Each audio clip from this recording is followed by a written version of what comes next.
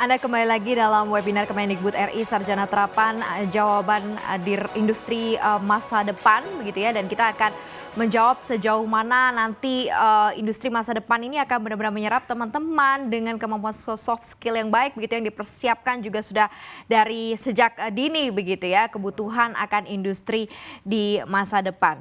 Ada beberapa narasumber tampaknya yang ada kegiatan berikutnya begitu ya, dan harus melanjutkan kegiatan berikutnya. Mungkin saya mau ke Bu Syofi Felianti Rukman terlebih dahulu sebagai Direktur Human Capital and Management PT PLN Persero nih ya. Harapan PLN sendiri terhadap pendidikan vokasi akan seperti apa Bu ke depannya begitu ya, untuk industri dan kebutuhan dari PLN juga Bu Syofi?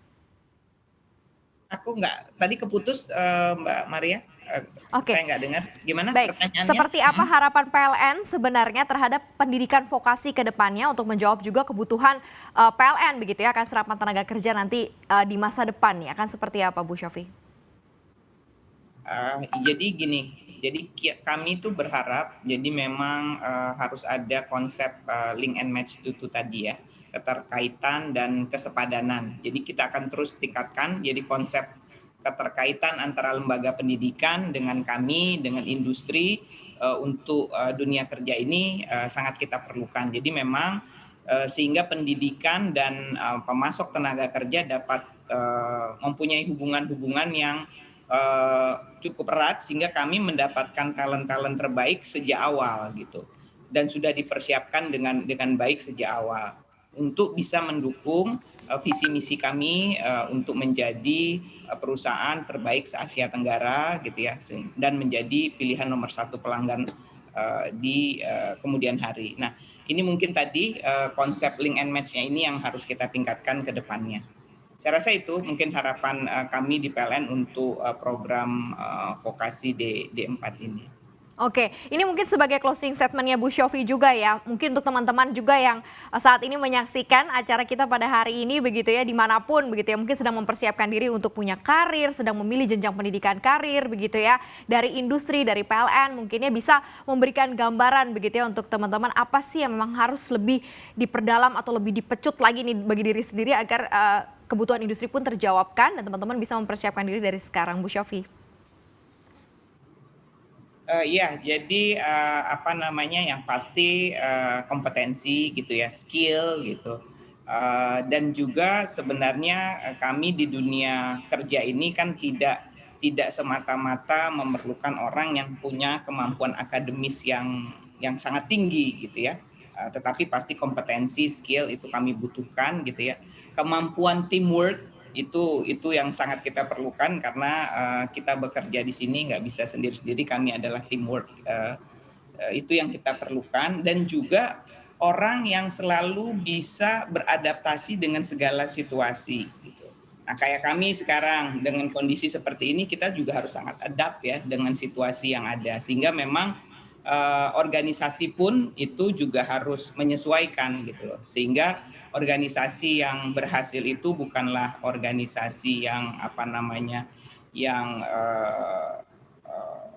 secara profitnya paling besar gitu, tidak seperti itu, tapi adalah suatu organisasi yang mampu beradap dengan kebutuhan zaman yang ada saat ini, sehingga kami juga membutuhkan talent-talent yang seperti itu, talent-talent yang berpikir out of the box gitu ya, talent-talent yang bisa berpikir PLN ini, misalnya kayak kami di PLN, kira-kira bisnis ke depannya selain memang jualan listrik tuh mau ngapain lagi sih? Nah, itu kami perlukan talent-talent yang dari awal. Adik-adik kita yang masih muda-muda ini kan punya pemikiran yang out of the box ya gitu ya. Nah, itu yang kami perlukan sebenarnya.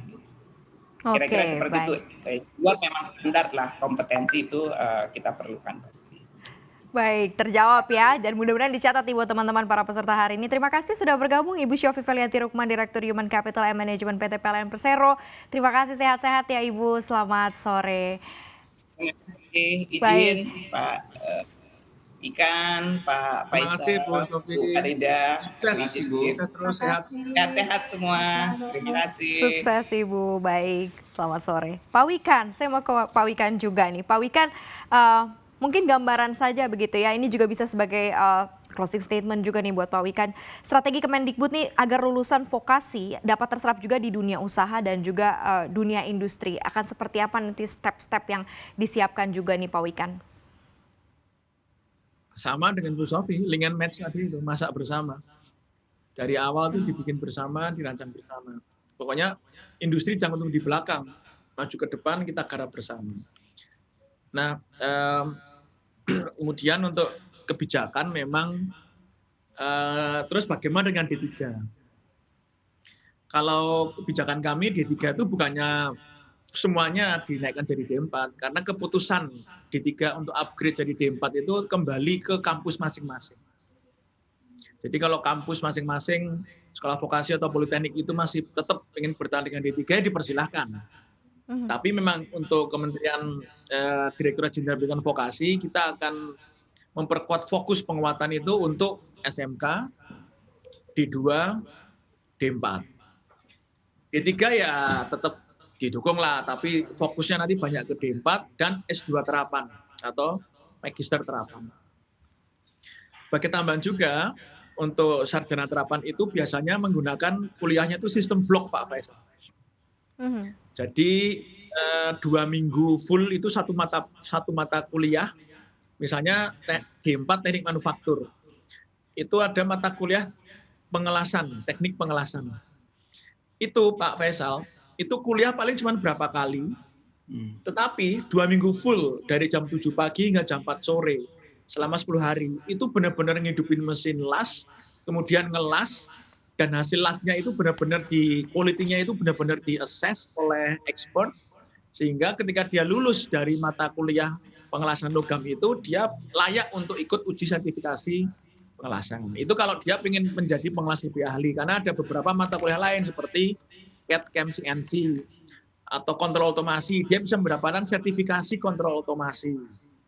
Dia bisa mendapatkan sertifikat NMC atau Omron, atau product design, menggambar 3D animasi. Dia bisa mendapatkan sertifikasi dari SolidWorks atau Pro Engineering dan sebagainya. Dan itu benar-benar sertifikasi yang terrecognize oleh perusahaan juga di seluruh dunia mestinya.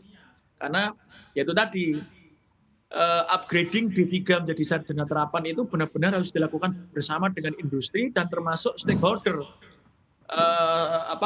provider sistem yang nanti akan memberikan sertifikasi itu, apakah itu Omron, apakah Cisco, apakah SAP, atau misalnya ini ada prodi namanya D4 penilaian properti Pak Faisal, property appraisal, manajemen dan properti. Itu sertifikasinya dari Asosiasi Masyarakat Penilai Properti Indonesia.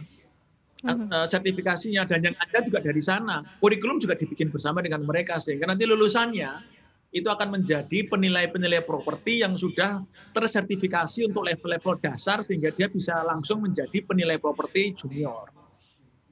Nah, ini salah satu strategi yang kita lakukan. Intinya link and match itu tidak sekedar MOU foto-foto masuk koran, enggak. There are a lot we have to do, kan. Ada kurikulum di-match-kan, sertifikasi kompetensi juga di-match-kan, pengajarnya pun tadi PLN juga banyak yang rutin, setiap semester itu 50 hingga 100 jam mereka tuh ngajar di prodi kita. Kemudian magang itu, kalau D4 kan 8 semester, itu bisa 1 hingga 2 semester akhir itu magang di industri. Magangnya pun juga harus disiapkan, pelatih magang, guru dosen magangnya, program magangnya. Ngapain nanti dia ketika magang di industri? Garap project atau melakukan project rutin atau pekerjaan rutin, dan nanti bagaimana sertifikasinya. Ya intinya link and match harus sampai level dalam tanda kutip menikah, sampai nggak cuma segini tapi dalam banget.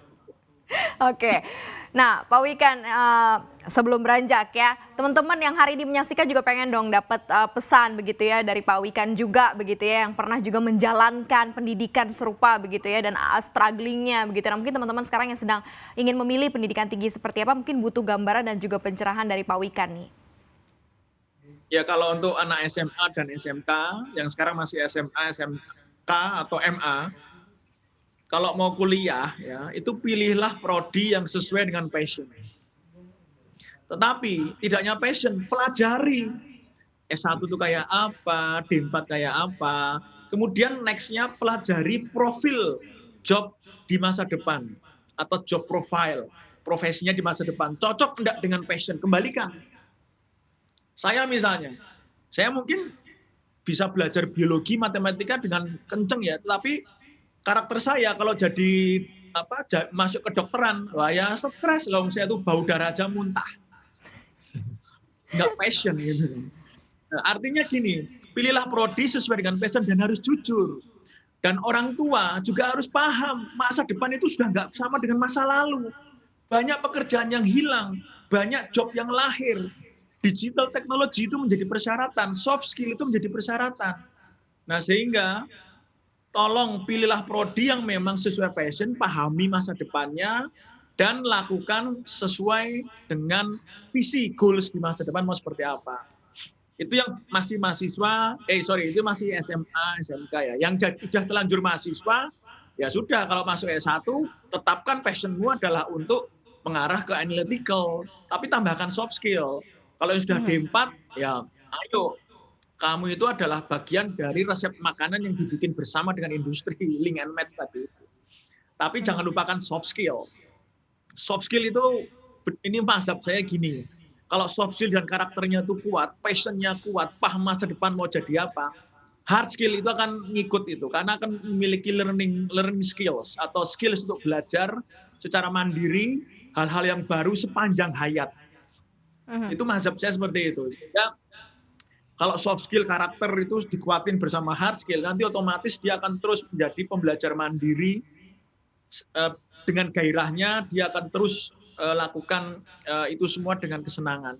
Kalau enggak, ya itu tadi, menikah tanpa cinta, ya belajar apa seadanya, yang penting dapat ijazah, kerja punya enggak passion, mau belajar lagi ya capek karena enggak passion kan. Oke. Demikian. Ini pesannya sudah lengkap sekali begitu ya, dan mudah-mudahan ini juga terjawab juga begitu ya beberapa pertanyaan. Terima kasih sudah bergabung Pak Wikan dengan kesibukannya begitu ya, dan saat ini juga harus melanjutkan kesibukan kembali. Terima kasih Pak Wikan Sakarito, Dirjen Pendidikan Vokasi. Mbak Rida, mohon maaf ini saya masih roadshow di Sidoarjo ini di Surabaya, nanti harus bergerak lagi nanti ke Jogja ini, saya harus bersiap-siap. Terima kasih. Sama-sama Pak. Baik, terima kasih Pak Wikan. Kami lanjutkan kembali diskusinya masih bersama dengan Ibu Farida Lim dari Country Manager JobStreet dan juga bersama dengan Pak Faisal. Kita masih membahas begitu ya seperti apa nanti ke depannya terkait mengenai D4 Sarjana Terapan ini. Mungkin kalau misalnya dari Mbak Farida dulu ya, mungkin ke Bu Farida dulu. Akan seperti apa sih pemetaan yang sudah dilakukan oleh JobStreet nanti ke depan begitu ya, akan kebutuhan terhadap tenaga kerja begitu ya, kebutuhan akan serapan tenaga kerja dan kemudian spesifikasi terhadap keahlian dalam bekerja sesuatu yang akan diserap juga industri. Seperti apa pemetaan-pemetaan, mungkin survei yang sudah dilakukan oleh JobStreet sejauh ini nih untuk kepentingan dan kebutuhan masa depan? Ya, mungkin kita bisa lihat ini sangat-sangat relevan dengan dunia industri yang saat ini kita lihat terjadi perkembangan yang sangat pesat, terutama di bidang digital gitu ya. Jadi kita melihat bahwa terjadinya pergeseran, mungkin seperti tadi Pak Wikan juga sampaikan bahwa banyak lowongan atau pekerjaan yang hilang, yang konvensional, kemudian juga banyak bermunculan pekerjaan-pekerjaan baru gitu ya. Nah ini sejalan dengan perkembangan atau tren yang terjadi di dunia industri, sehingga kalau kita lihat bahwa vokasi, sarjana vokasi atau sarjana serapan ini yang D4 ini, dan bagaimana mereka bisa mix and match dengan dunia kerja, saya rasa satu yang menjadi fokus adalah bahwa dunia kerja saat ini sudah berubah atau sudah bergeser ke arah digital, sehingga adaptasi digital atau kemampuan digital itu merupakan key faktor, yaitu ya faktor utama yang sangat-sangat dibutuhkan. Jadi mungkin sebagai contoh, jika seorang sarjana, baik itu D4 ataupun S1 gitu ya, jika tidak familiar dengan teknologi atau dengan digital gitu, walaupun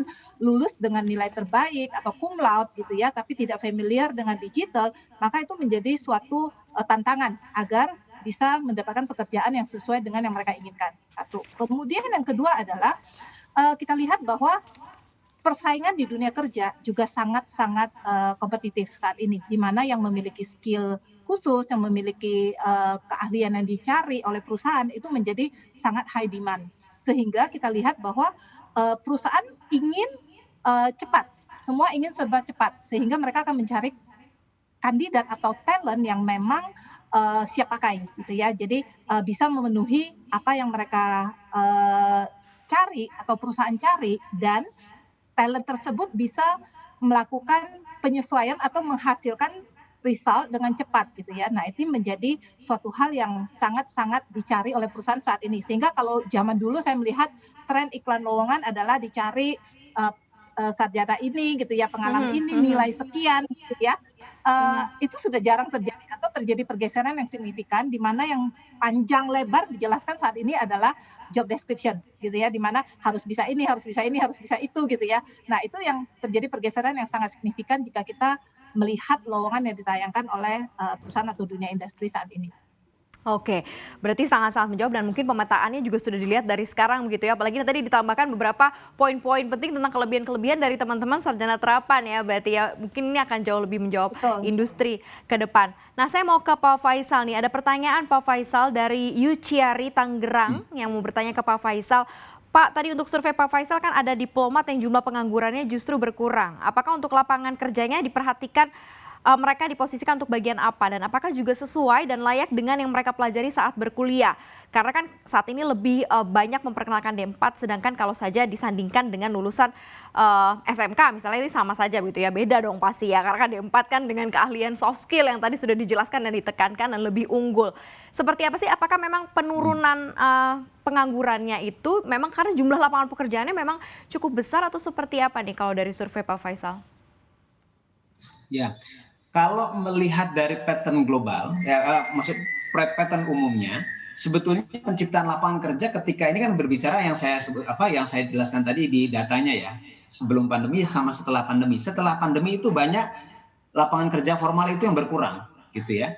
Nah, tapi dan itu kita bisa melihat bahwa hampir di setiap jenjang pendidikan yang menengah dan tinggi itu penganggurannya bertambah, gitu. Jadi artinya itu indikasi bahwa memang terjadi pengurangan tenaga kerja gitu.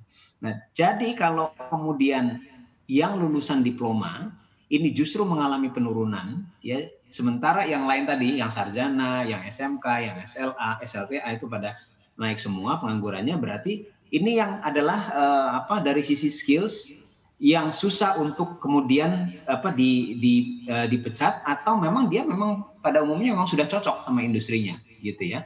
Nah, tapi kita juga memang mesti harus bedah ya diploma ini tadi ya, yang ini mungkin belum saya sampaikan gitu.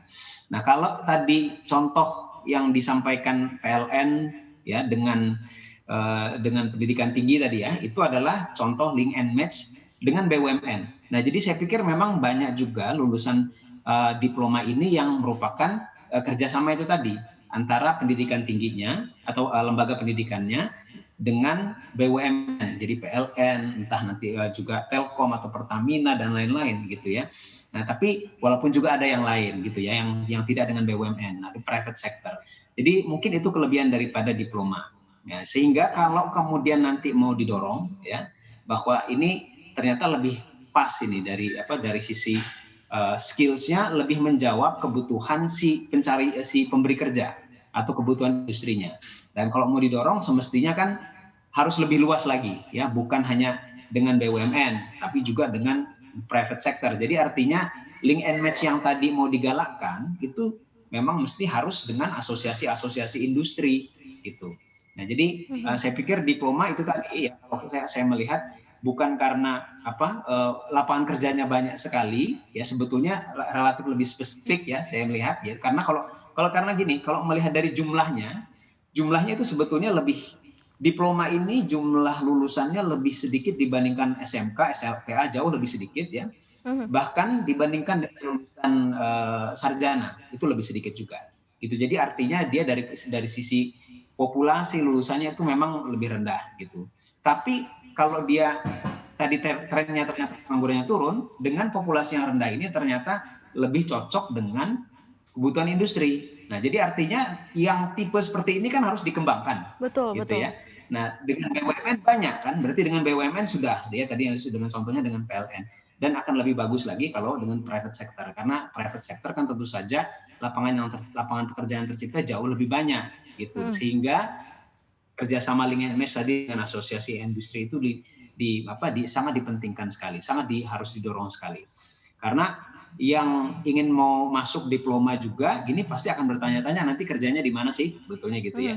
Nah, dan terutama orang tuanya punya anak nih, kalau masuk diploma ini nanti dia kerjanya di mana nih? Karena kalau tadi misalnya yang kelistrikan misalnya, oh udah pasti dia kerjasama dengan PLN, yang telekomunikasi dengan Telkom, yang akuntansi dengan nanti lulusnya di BPKP misalnya gitu. Nah sekarang kalau dengan industri yang lain, kalau kemudian sudah terjalin link and match, sudah jelas nanti industri, nanti saya akan rekrut ini lulusan dari lembaga pendidikan tinggi ini, dan semakin banyak dikenal oleh masyarakat, jadi orang semakin tahu, oh ini sudah lebih terjamin nih pekerjaannya gitu, dan lebih resilient pada saat pandemi gitu.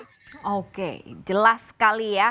Dan mudah-mudahan menjawab juga ya Yuchiari ya. Tadi pertanyaannya juga sudah dijawab langsung oleh Pak Faisal. Bu Farida dan juga Mas Faisal, kita masih lanjut ya. Masih ada satu sessions lagi begitu ya. Kita akan coba perdalam sektor-sektor potensial yang mungkin bisa digarap juga ke depannya, yang mungkin bisa dilirik juga ke depannya akan seperti apa. Kebutuhan juga industri.